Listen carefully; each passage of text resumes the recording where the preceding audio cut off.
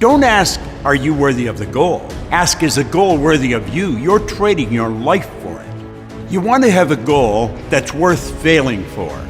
An ideal is an idea that you have fallen in love with. You see, the beautiful truth is, you and I have more potential than we will ever understand.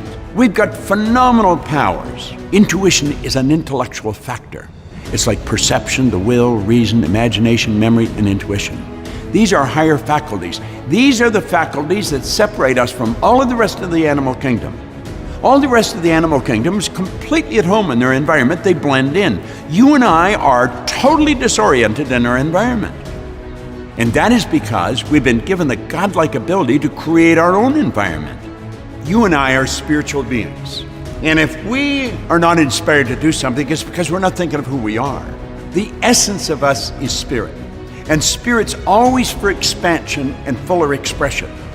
He gets into that so beautifully in the area of imagination. He said it's the most marvelous, miraculous, inconceivably powerful force the world's ever known. It's the imagination that permits us to move into the spiritual essence of who we are. It's your imagination that takes the idea that comes to your consciousness, and that spirit wanting to express itself greater way through you, because spirit's always for expansion and fuller expression. And so it's the raising of our conscious awareness. He'll found this out. He writes about it. That's what changes our life. We're spiritual beings. We've been gifted with an intellect, and we live in a physical body. Everything we own at the time of our death is going to belong to someone else. So it's not what we own. We're merely custodians. It's what we do with our life that makes a difference. You've got to be persistent. And he gives us a very simple formula here. He said there are 4 simple steps which lead to the habit of persistence. Number 1, a definite purpose backed by a burning desire for its fulfillment. Number 2, a definite plan expressed in continuous action. Number 3, a mind, this is very important, closed tightly against all negative and discouraging influences, including negative suggestions of relatives, friends, and acquaintances. And number 4, a friendly alliance with one or more persons who will encourage one to follow through with both plan and purpose. He said these 4 steps are essential for success in all walks of life. When you start studying Napoleon Hill's work, and you really start to get into the spirit of it, you're going to be inspired, because that's what inspiration is. It's in spirit. And get into the spirit of his work. He had one objective. He wanted to wake you up. He wanted to wake me up. He did wake me up. Hopefully you're awake as well.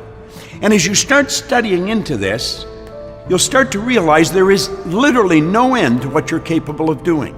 He said, ideas are intangible forces, but they have more power than the physical brains that gave birth to them. They have the power to live on long after the brain has created them has turned to dust. Napoleon Hill's been dead since 1970. But the idea that his brain developed and worked with lives on because of people like me, because of people like you, because of the people that are putting this documentary together. This could be the most important book in your library. When I set a new goal, I have difficulty believing I can do it. Intellectually, I've studied this long enough that I know I can. But it isn't your intellect that does it. If it was the intellect that does it, our school system would be screaming successful. But we've got people graduating from universities all over the world. They've got an enormous amount of knowledge in their intellect, and yet they're losing, they're broke, they can't find work. So it's not your intellect. Intellectually, I've studied this long enough to know that if I can see it in my mind, I can do it. You've got to believe it in your heart. You see, the heart is what the early Greeks referred to, the heart, as the subconscious mind. There's a whole chapter in here on the subconscious mind. And it's very, very powerful, because until you internalize the idea, it isn't going to happen. You see, you can want something once or of a conscious nature. That's your intellectual part of your personality. The desire is the idea in your subconscious mind seeking expression outside through your action. Desire is when you've internalized the idea. You've got to believe you can do it on a subconscious level. You can come to believe it through repetition. If you take what you want and start to imagine yourself with it, the imagination enables you to go into the future and bring the future into the present. You've got to act like the person you want to become. Well, when we do that and do it over and over, you come to believe. We operate on the premise that everyone thinks, and the very truth is that very few people think. My old employer and mentor, Earl Nightingale, often said that if the average person said what they were thinking, they would be speechless. The late and great educator, Dr. Kenneth McFarland, said 2% of the people think, 3% think they think, and 95% would actually rather die than think. General Henry Ford said thinking is the hardest work there is, which is the probable reason so few people engage in it. Thinking is the highest function that you and I are capable of. The problem is, very few courses teach thinking. You see, an idea is a thought or a collection of thoughts directed towards a purpose.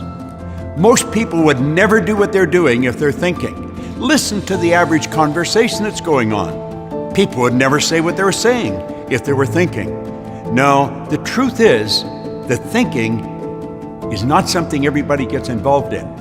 But you start studying this material, and I can assure you one thing, you will begin to think.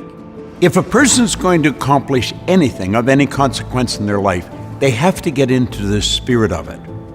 In other words, I think we have to understand, where does the information come from? Where does the energy come from to create things? Well, we go to spirit. Spirit flows to and through us, and we can think, the highest function that we're capable of, and we build an image in our mind. Then we have to be true to that image. We have to use our will to hold that picture on the screen of the mind, and we turn the image back over to spirit, which is within us. Through the reciprocal law of spirit, it gives it back to us in physical form. Now, this is truly getting into the spirit of the thing.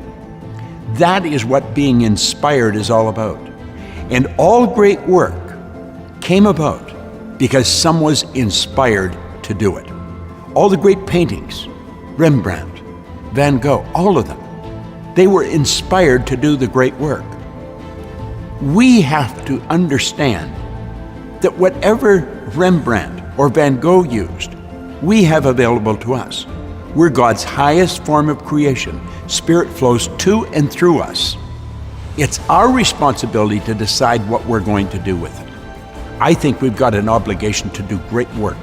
We're only here for a short time, not a long time. And we've got the faculties and the ability to do great work. I think we should.